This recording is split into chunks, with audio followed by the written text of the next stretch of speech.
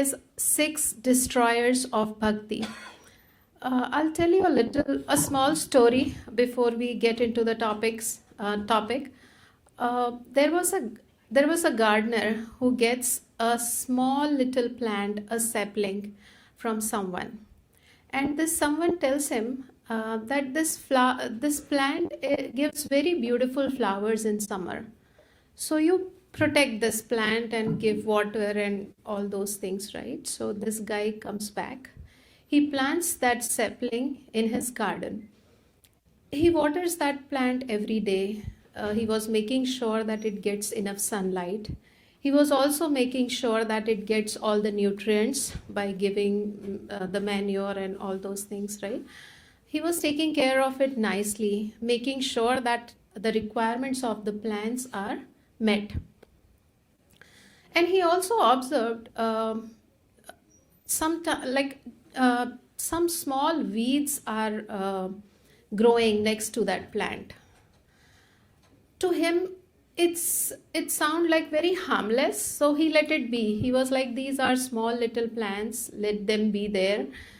It did not bother him. So he continued watering the plant, taking care of the plant. But over the time, those weeds grew. They became stronger. And what those weeds were doing is they were taking the space of that plant. They were taking the sunlight. They were restricting that plant to take the sunlight. They were taking the water of that plant. So he was upset, and slowly that plant was not growing. That plant was slowly losing its luster, and it was not growing.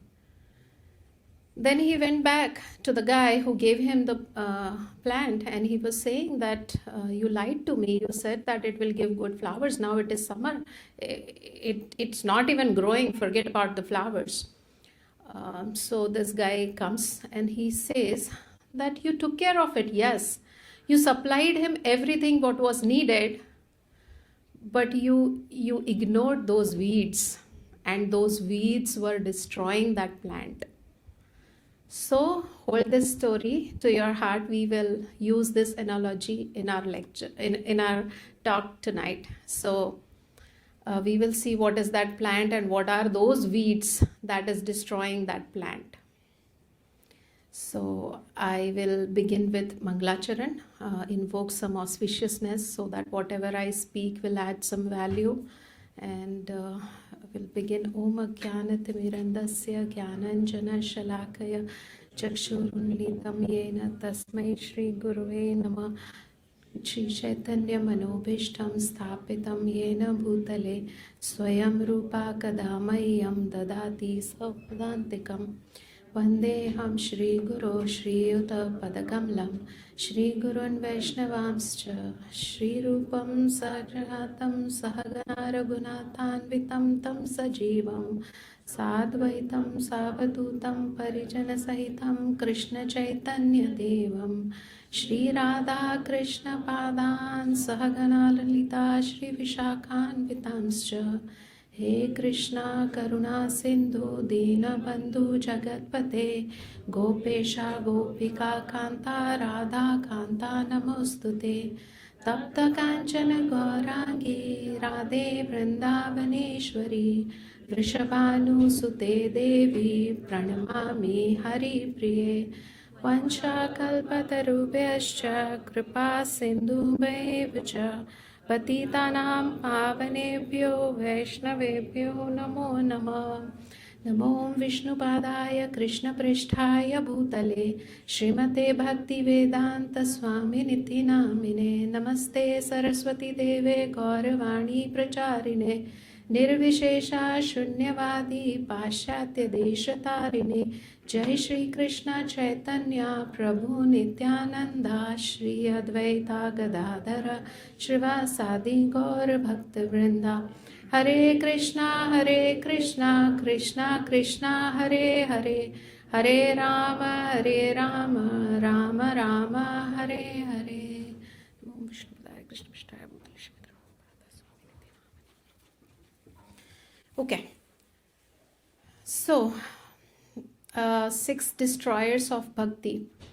So let's first understand what bhakti is, how do we do bhakti, and why bhakti, right? My Guru Maharaj says that before starting anything, before getting into the what's and how's of anything, we should first understand the why. And the reason is it will help us sustain, it will help us to continue that for a longer time. So we should establish the why first before getting into the hows. So let's first start simple, warm up a little bit. We all know there is a devotion, there is bhakti, but what exactly bhakti is? If I were to ask in this forum that when I say bhakti, what does it mean to you? What bhakti, which is in English called as devotion, when we say bhakti, what comes to your mind? Any volunteers? Service, yes. Surrender. Anyone else would like to try? Love. Love. Remembrance of God. Yeah. Devotional service. Devotional service, that's Prabhupada's definition. Loving devotional service is bhakti. If we see the dictionary meaning of devotion, the dictionary meaning of devotion is love and loyalty and service. These are the three meanings when you search what does devotion mean. It means love, loyalty and service. So that's what bhakti is. And bhakti is innate, is the innate nature of soul. Bhakti is not something foreign. Bhakti is not something artificial. Because the innate nature of soul is to serve, is to love and to be loved. That is because most of us are grihasthas here and we have children. If not, we were children, right? So how our parents used to love us, how we love our kids, and what is the form of love? It's the service towards them, right? My first question when my daughter enters home is, Kya khayegi? Did you eat anything? Did you finish your lunch? So she is always like, why are you behind me to eat, right? So that's my service towards her. That's my love. I said my love is in feeding you. So that's my service towards her, right? So that's what bhakti is. Bhakti is loving devotional service. I am devoted to something. So the point I'm trying to make here is it's not artificial. It's not something extra we are adding into our day-to-day activities or in our daily routine. It is something very natural. It's bhakti begins when love enters our action. Bhakti is not converting, right? Bhakti is just natural. It's not rituals. It's not action. So so that's why what is bhakti, and before we get into the urgency of protecting it, we first establish the basics. I just want to see what. Okay. Now, pure bhakti. So this is the definition given by Srila Rupa Goswami in Nectar of Devotion, Bhakti Rasamrit Sindhu. Anya abhilashita shunyam ज्ञान कर्मादि अनावृतम अनुकूल्येन कृष्णानुशीलनम भक्तिरुत्तमम. So what Srila Rupa Goswami says, anya abhilashita shunyam. Anya abhilasha, there is no anya abhilasha. Gyan karmadi anavritam, which is above gyan and karma. Anukulyena Krishna anushilanam. Always doing things which are favorable to Krishna and which is pleasing to Krishna. That is in short bhakti. But this is higher stage, right? Like if I talk about myself, anya abhilashita shunyam, this feels far away because I have lot of abhilashas, right? I have my own laundry list of things which I want to do. So I cannot say for sure that anya abhilashita shunyam. So it feels so far away. Delhi bahut dur hai. That's how it feels. So it should not demotivate us that this is the pure bhakti and this is how it looks. This is the goal. But bhakti is we can start where we are. We do not have to be perfect. Krishna doesn't want our perfection. Krishna wants our sincerity. So we can start bhakti from where we are. We do not have to pretend where we are not. right? So we can start bhakti from where we are. So how to begin? Same life, new center, living a regular life. So Krishna in Bhagavad Gita made it very simple, and I'm making it like very simple. So few of you might feel it repetitive or very basic, but given the forum today, because it's a Sunday program, so we want to keep it little lighter. So please bear with me, the senior devotees here. So where I was, yeah. So Rupa Goswami's definition of bhakti was anya abhilashita shunyam. But Krishna made it very simpler in Bhagavad Gita, because Bhagavad Gita our life manual, right? That we have established. If you are regular here, we have established that fact earlier also, that Bhagavad Gita is our manual.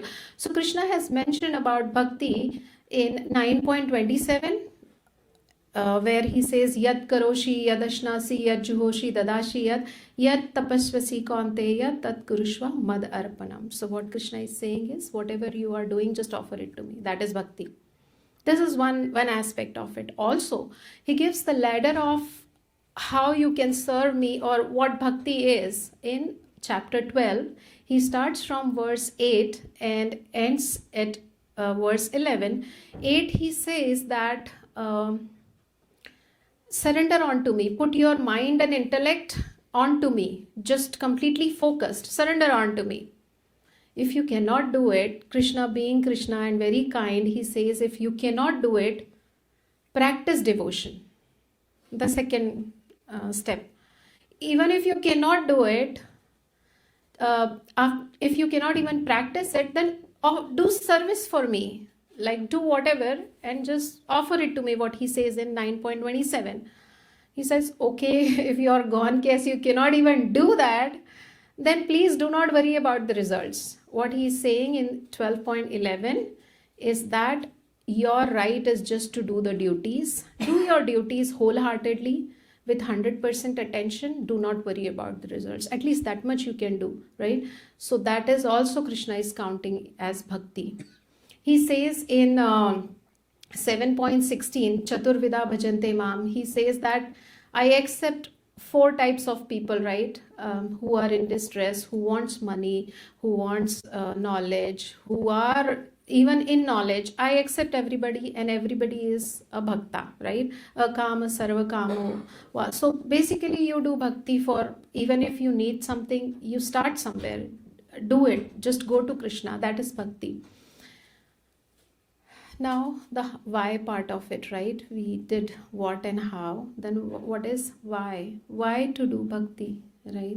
Or why bhakti? So foremost, what comes to my mind, like when we say why bhakti, is because bhakti is something natural. It is soul's innate nature. What is the innate nature of sugar? To be sweet. Innate nature of salt is to savory, right? So that is the innate nature of soul. So that itself done. Why to do bhakti? Because that's how my innate nature, and we are trying to revive our innate nature because we have forgotten it. I was hearing Nitai Sevini Mataji yesterday, and she was saying that there are 2 types of dog, bad dog and good dog. So we have fed the bad dog so much that we are too much entangled in these materialistic things. So that's why bhakti seems difficult, because we have fed the bad dog too much. But bhakti is very natural. It's just that cheto darpana margin has to happen. The soul is pure, but the impurities are on us, on our existence, that it's very difficult to understand the things. So that's why do bhakti. But going one step further, Srila Rupa Goswami has mentioned in Bhakti Rasamrit Sindhu that there are 5 characteristics of bhakti. The 5 importance of bhakti. What is that? Klesha Agni, Shubhada, and Moksha Lagukrit. So what is Klesha Agni? Bhakti destroys suffering. This also Krishna mentions in Bhagavad Gita, right? Aham tvam sarva papebhyo mokshishami ma shucha. So what he's saying, if you surrender onto me, I will destroy all your sins. But that is also a step ahead. Doing bhakti, when we depend on Krishna, it changes our response. Do you see here? If you see the devotees, they feel more peaceful, more happy. Why? Because the response to the life situations have drastically changed. If a same situation comes to a practicing devotee, even, and a person who is not too much into God and the spirituality, it hits him too hard. He becomes depressed. But on the contrary, when the same situation hits to a devotee, they will think it's Krishna's mercy. Maybe something good in this, maybe something good will happen after this, right? So the response changes. So that's why it says that bhakti destroys suffering, because it changes the reaction. Then Shubhada, bhakti brings all auspiciousness. Did not Krishna promise this in Bhagavad Gita? Shipram bhavati dharmatma, Kaunteya pratijanami na me bhaktya pranashyati. So Krishna has promised this, that my bhakts will never perish. So that's why bhakti brings all auspiciousness. Moksha lagukrit, meaning that liberation is the byproduct of bhakti. So liberation itself seems smaller in front of bhakti. So that's how grand bhakti is. And when someone achieves pure bhakti, he is first on the Brahma Bhuta state, and that's when it goes to bhakti. So that's why. So we said why bhakti is precious, then why must we protect bhakti? Because it is sudurlabha, meaning it is very rare. Bahunam janmanam ante jnanvam mam prapadyate. So what it says, that it's very rare. After so many births, it comes to us. All of us who are sitting here, it's not a normal or an ordinary thing. We have already have Krishna's mercy on us. We already have mercy of senior devotees. Somebody is praying for us. That's why we are sitting here and enjoying Krishna Katha. So it's very rare. Bhakti just doesn't come. Bhakti comes from mercy. And that is the biggest blessing in the life. If we are meeting sadhus, if we are at least sitting and hearing Krishna Katha, we are attending temple programs. So that's rarest of rare. How many people are here in the Bergen County? So I don't know the stats, but whatever. But very few are here, right? Very few are here. So we should be grateful for what we have got. Then Sandarananda Visheshatma, bhakti is deep spiritual bliss.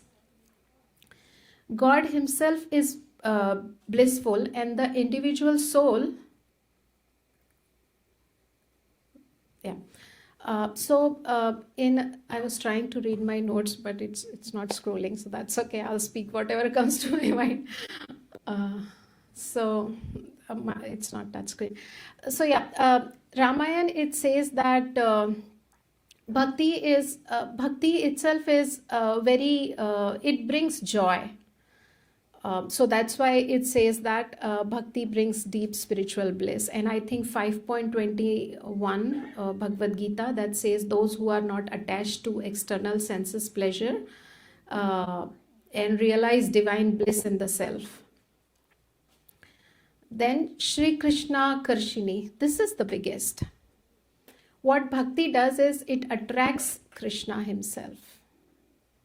So this is, I don't know if you have noticed that when Ramchandra Prabhu sends any email, in his signature, he has put that Srimad Bhagavatam 1.8.8, the purport where Srila Prabhupada has mentioned that Krishna protects everyone, but he takes care of one who is dependent on him more, right?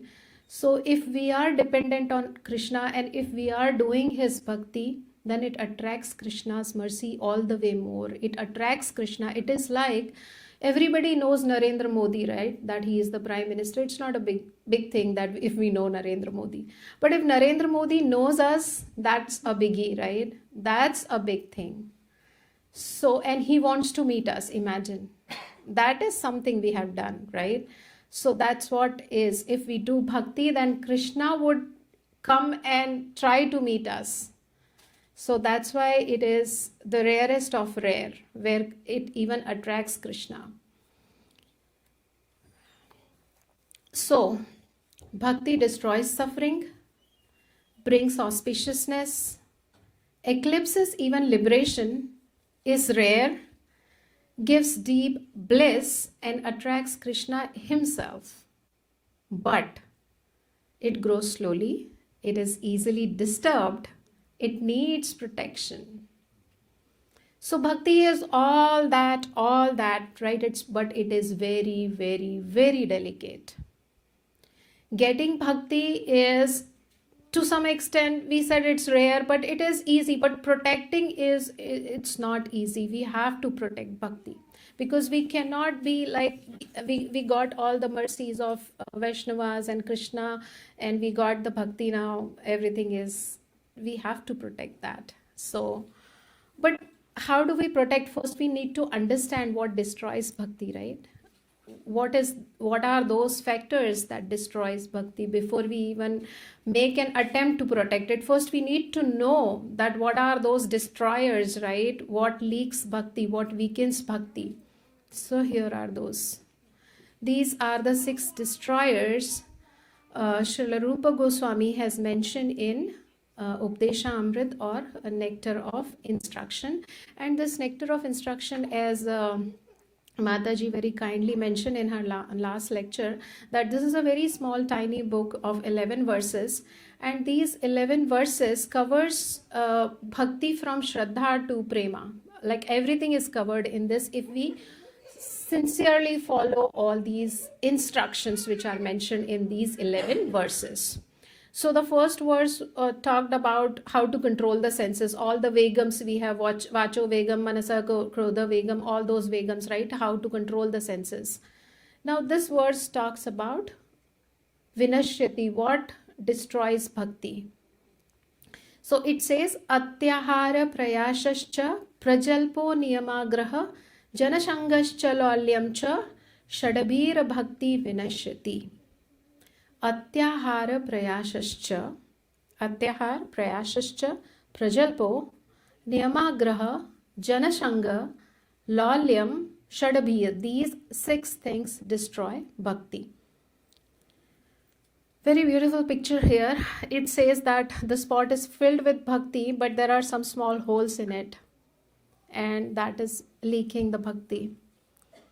So let's look into each of them one by one. What is atyahar?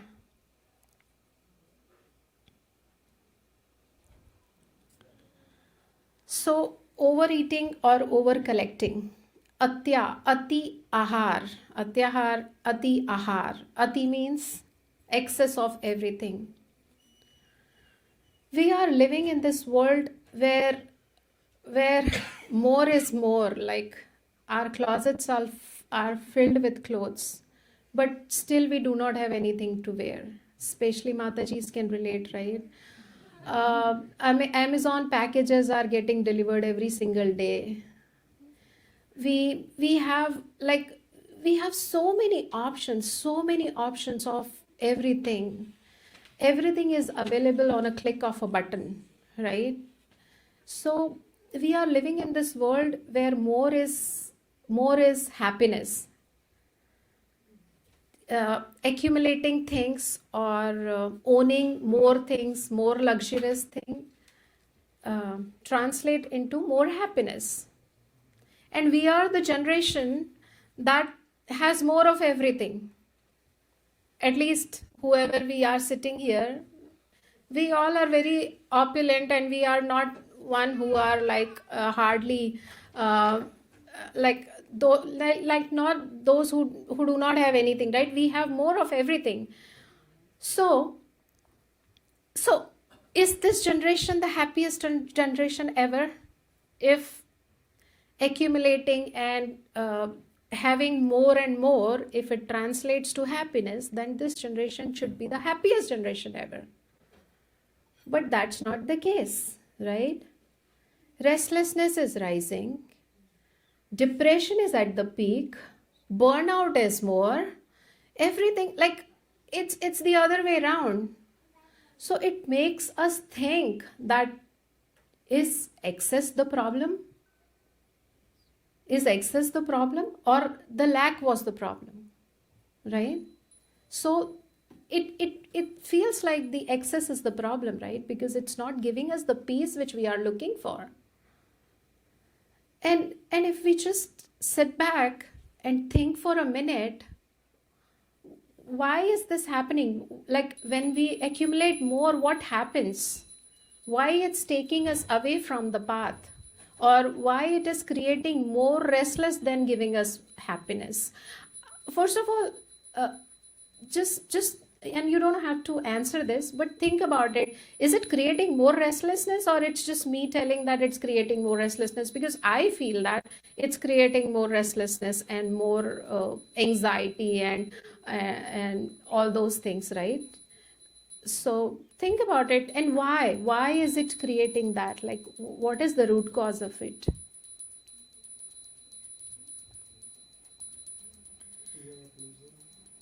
FOMO, yes.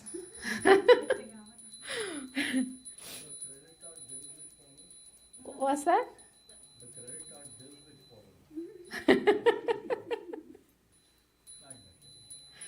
Yeah, true. So Prabhupada envisioned this long back, and what Prabhupada was preaching or encouraging us was the farm communities, isn't it? Prabhupada was saying simple living, high thinking. Prabhupada was so intelligent back then. He also mentioned in few of his lectures that information overload will happen, that people will have a lot of information. Now we have access to all of the information in the world, but it's not creating any transformation, right?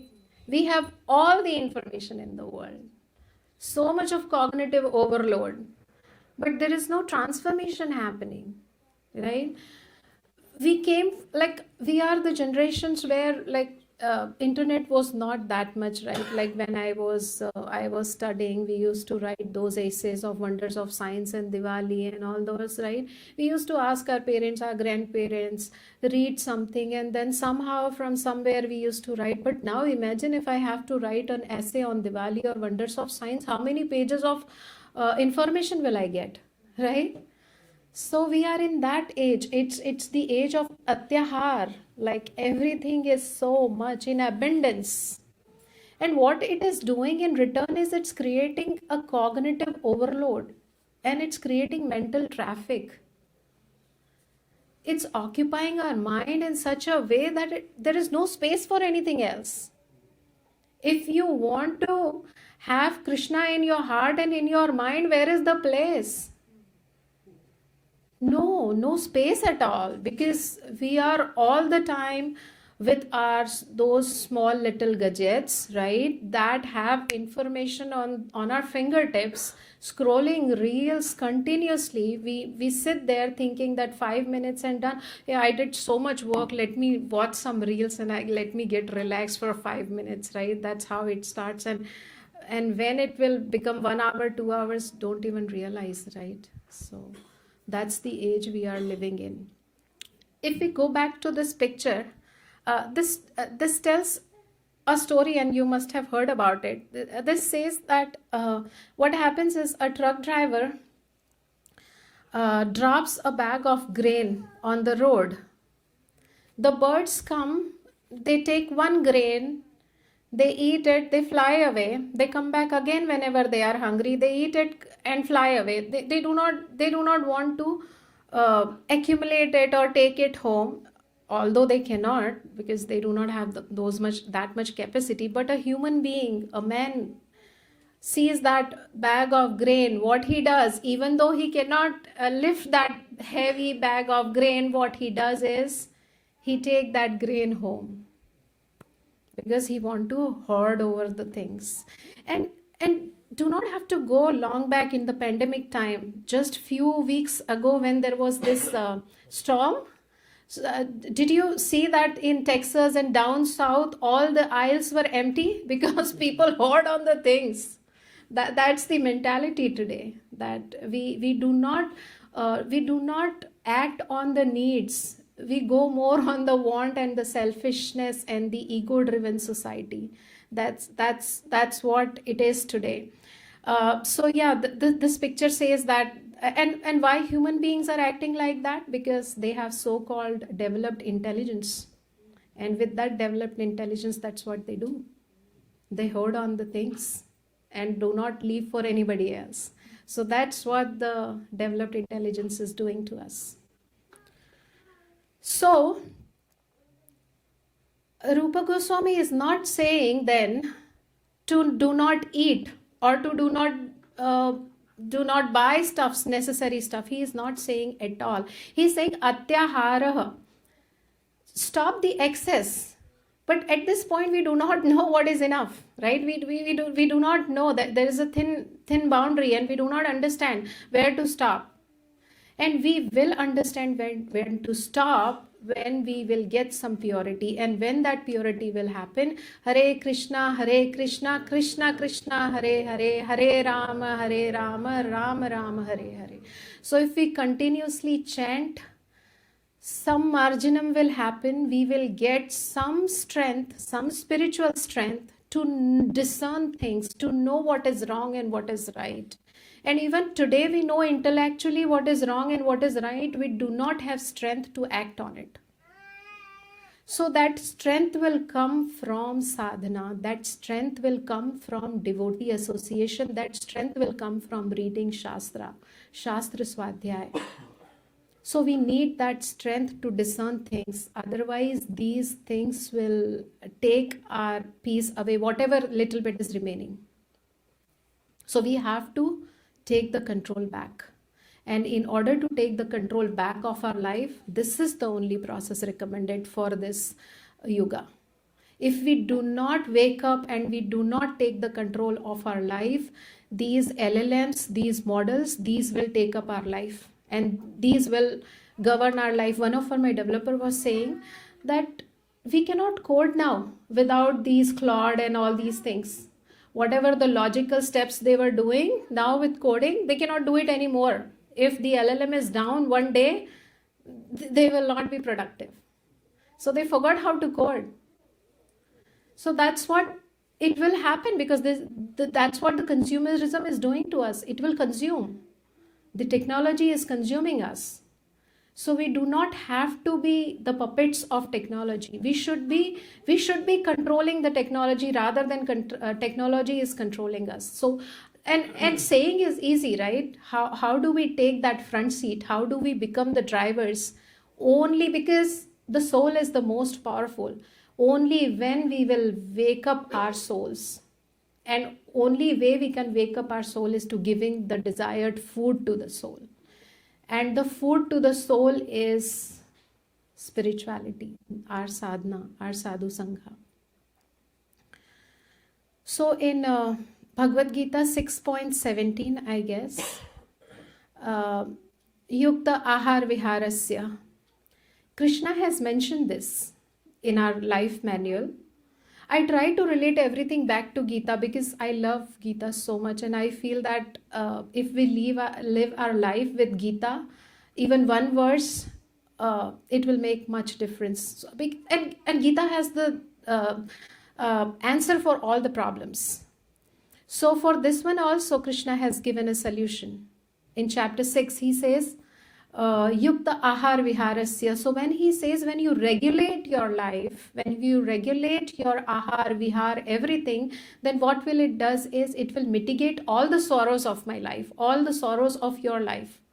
So that's what Krishna says. So and same lines Rupa Goswami is also saying that we have to eliminate Atyahar. And how do we do it? By regulation, by regulating Yukta Ahar.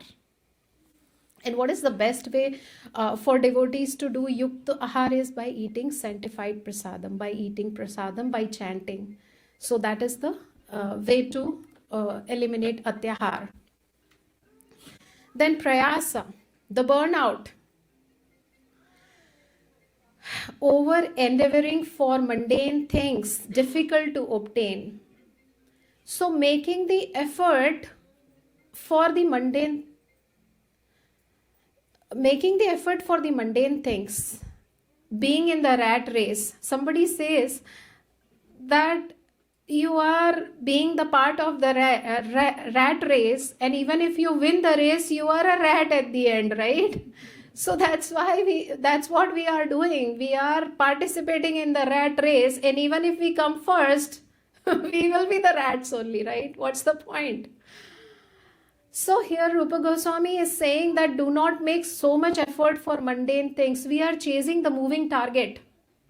We often tell to our product managers that it's very difficult to code this because we are chasing the moving target, because your requirements are keep changing every day, right?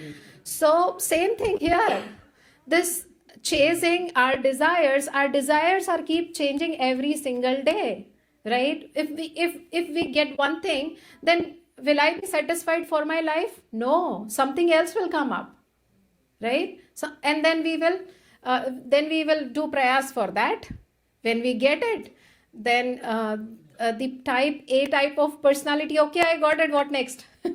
So that is nothing but prayas. That's how Rupa Goswami has identified this long back, and he said that stop here.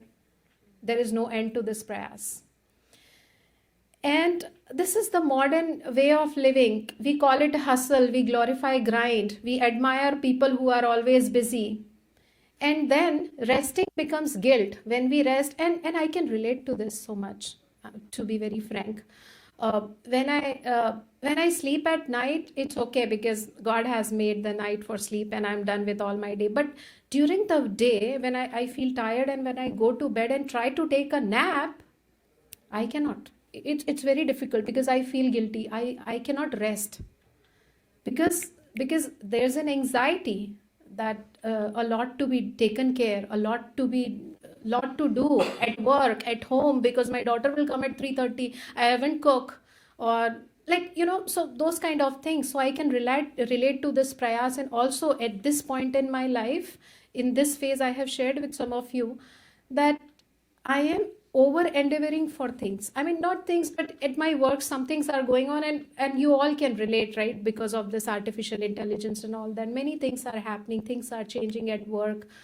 So I can relate to this, and I know I am overdoing it, but I don't know how to stop and where to stop. Only good thing is I have a realization that it is taking over my energy and my time, and my chanting has just become a checklist. I have that realization. I'm taking some small baby steps, but I'm not there yet. So I can relate to this prayas. This is the hustle bustle of the life, which is taking over our and sadhana or chanting will not happen in the excitement. It will happen in the steadiness. When your mind is steady and peaceful, then only you can perform sadhana.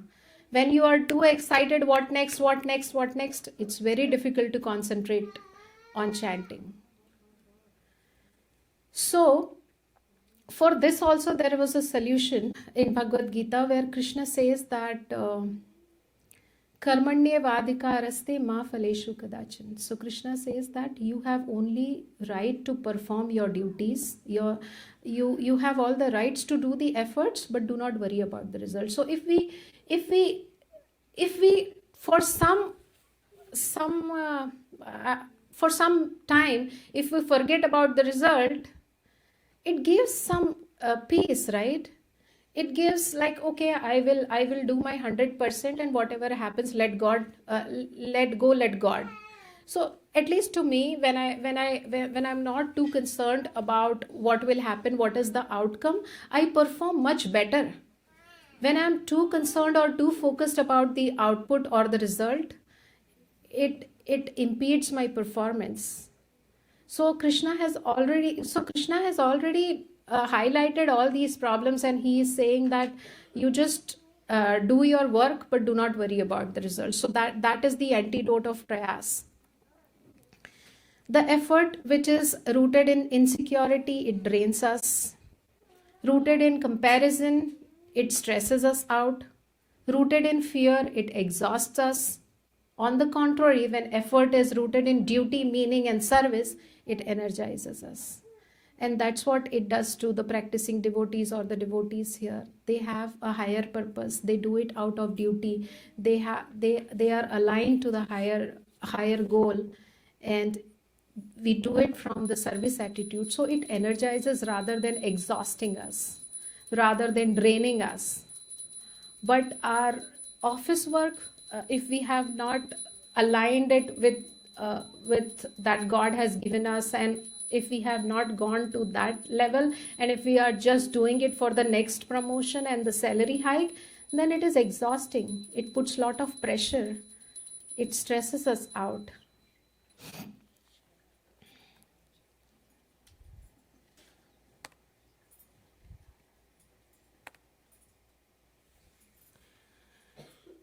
Okay, so interesting one, Prajalpa, the killer of silence. So Prajalpa sounds very harmless. I mean, it is the innocent of all the 6 destroyers. भाई मन हल्का हो जाता है, थोड़ी बात कर लेते हैं तो, right? That's how Prajalpa starts. That if we will not share with our friends, then मन बहुत भारी हो जाएगा, right? That's how Prajalpa starts. So that is Prajalpa. What is Prajalpa? Prajalpa is idle, mundane talk, gossip, politics, too much of news, too much talking about weather. Basically, the yardstick is everything which is not motivating us towards Krishna, which is not encouraging us doing more rounds, which is not encouraging us to do more seva, is Prajalpa. And that's what I heard it somewhere. I think Prabhupada says, I cannot say for sure, but yeah, Ramchandra Prabhu says yes. So yeah, that's Prajalpa. So anything which is not related to Krishna is Prajalpa. So imagine how much Prajalpa we do in a day, right? So we should keep this yardstick that whenever we speak, we should think before speaking. Not all thought needs a voice. And whatever we talk will be spiraling inside our mind. And this is again mentioned in Bhagavad Gita. In the austerity of speech, Krishna has said, what is the austerity of speech? It should be truthful. It should be pleasing. It should not agitate someone, right? So when we are about to speak something, we should evaluate that. Shri Radha Sam Sham Sundar ki jai, Shri Nimai Nitai ki jai, Shri Prabhupada ki jai. So we should evaluate that whether it is agitating somebody, whether it is truthful, whether it is pleasing. If it is none of these, then we should not speak. We should not open our mouth. So what we should do rather is continuously chanting inside. If we have to speak, we should speak that way. Okay, so the number 4, which is Niyamagraha. Niyamagraha has 2 meanings to it, Niyama Agraha and Niyamagraha. Niyama Agraha meaning too much attached to the rules, taking devotion as a checklist.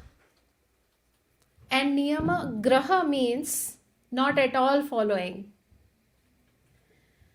भाई गिन गिन के क्या भगवान का नाम लेना, हम तो 24 घंटे चैंट करते हैं. That is Niyamagraha.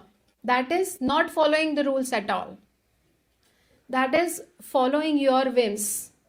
We will chant जब मन से होगा. भगवान तो भावग्रही हैं, right? Krishna only sees your man, but when I don't know when my man will let me chant. So that is all not following the rules at all. And too much following the rules is also not good, meaning it should not give you anxiety if you do not wake up at 4 a.m. in the morning, right? Following the rules, we should follow the structures, yes, but some days when we slept late at night, maybe due to production release, so it should not put you in guilt that I am not able, I could not wake up at 4 a.m. Bhakti should be susukham kartum.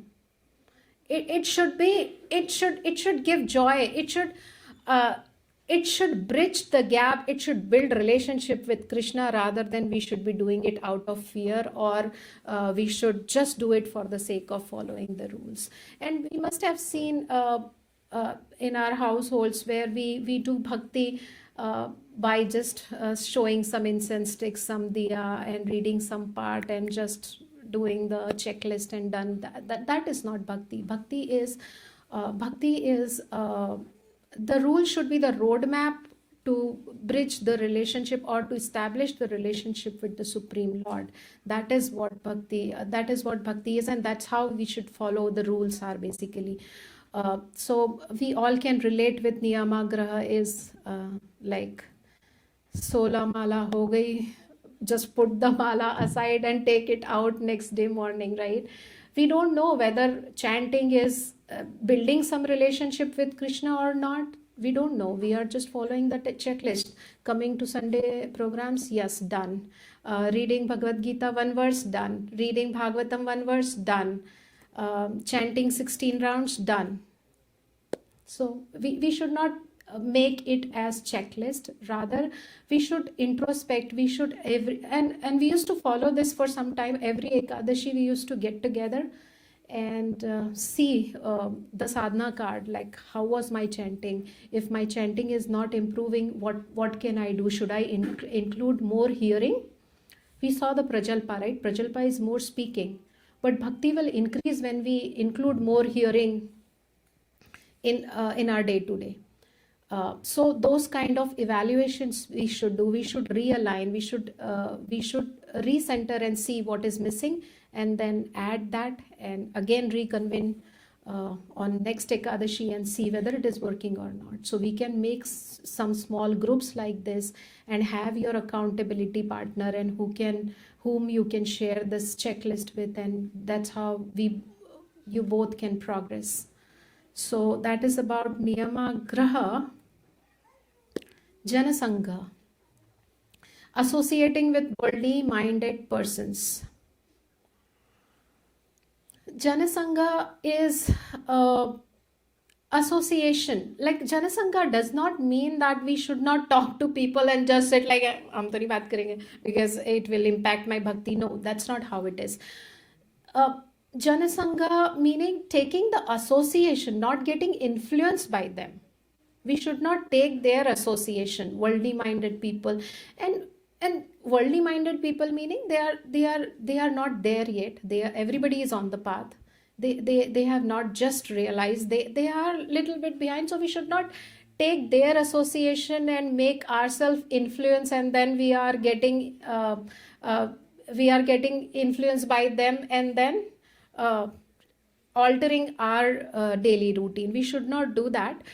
So we don't become people whom we admire, but we become like people we regularly associate with. So no matter who you admire, who you look up to, you will not become like them. You will become like who you associate with. Jaisa sang vaisa rang. So the social circles that normalizes material obsession, that talks about money, status, that talks about the clubs and all those things, right? They normalizes all these things, and for them, bhakti is just an extra effort. They do not deny bhakti, but at the same time do not encourages also. So that is the jana sangha. So we should avoid that kind of sangha, and also in today's world, digital sangha. That is also very important. We should also watch for what kind of content we watch. That sangha, because in today's day and age, we do not have to step out to take association. Association is on our fingertips, right? So we should associate, or we should see and watch the content which is favorable, which encourages us to chant more, which encourages us to do more service. So this is how we distinguish. Unhealthy association drains energy, normalizes distraction, makes bhakti awkward. Healthy sangha nourishes intention, normalizes remembrance, and make bhakti natural. And the last one, Lalya, the restless greed, constant wanting of something more. What is the root cause of greed? What is something that is behind the greed? Craving, dissatisfaction, lack of contentment. I am not satisfied with what I have and I want more. So that wanting of more is nothing but greed, and Krishna already mentioned about these as the gates of hell.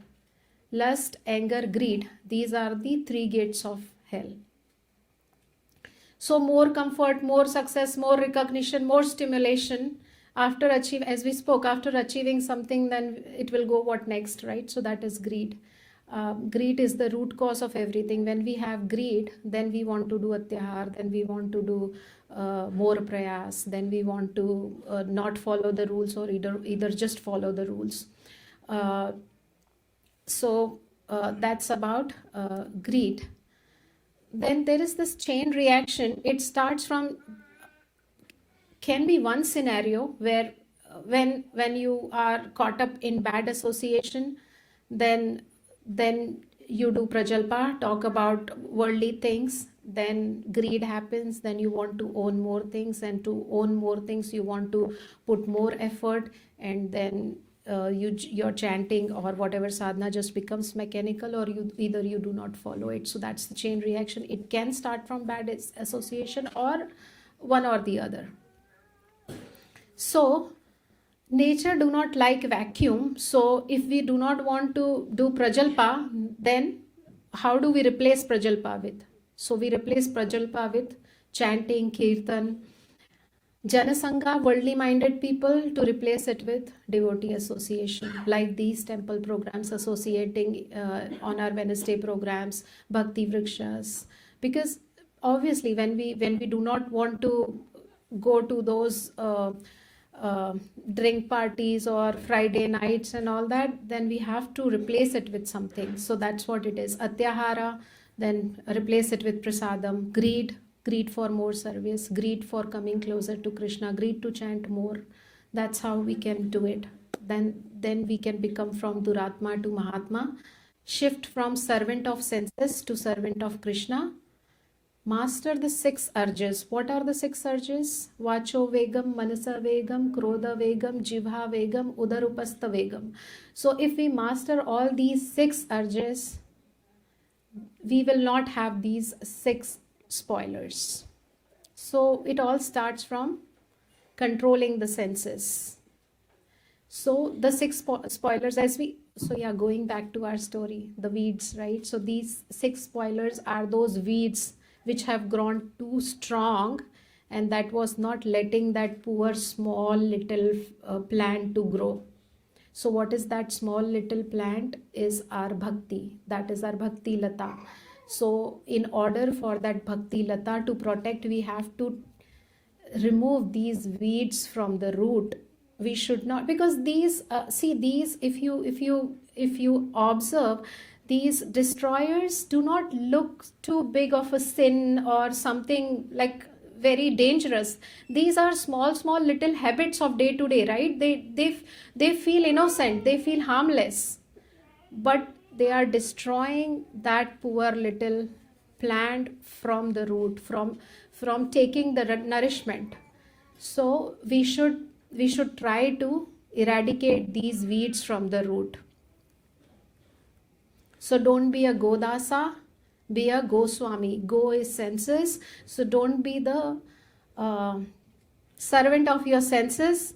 We should be the master of our senses. We should let the senses know what to do, not our senses, not the other way around. Senses should not direct us that, hey, I want to do this, so then ultimately we will do it. It should not be that way. It should be the other way around. Bhakti is simple but delicate. Krishna is not waiting for perfection. Krishna is waiting for sincerity. If we protect Bhakti, Bhakti will protect everything else. Ananyas chintayanto mam ye jana paryupasate tesham nitya abhiyuktanam yoga kshemam vahamiham. So if we protect Bhakti, Bhakti will protect us. So That's where I will stop. Hare Krishna. Vanchakalpatarubhyascha kripa sindhu bhayevacha patitanam pavanebhyo vaishnavebhyo namo namah. Please forgive me if I have made any mistakes. We can take some questions.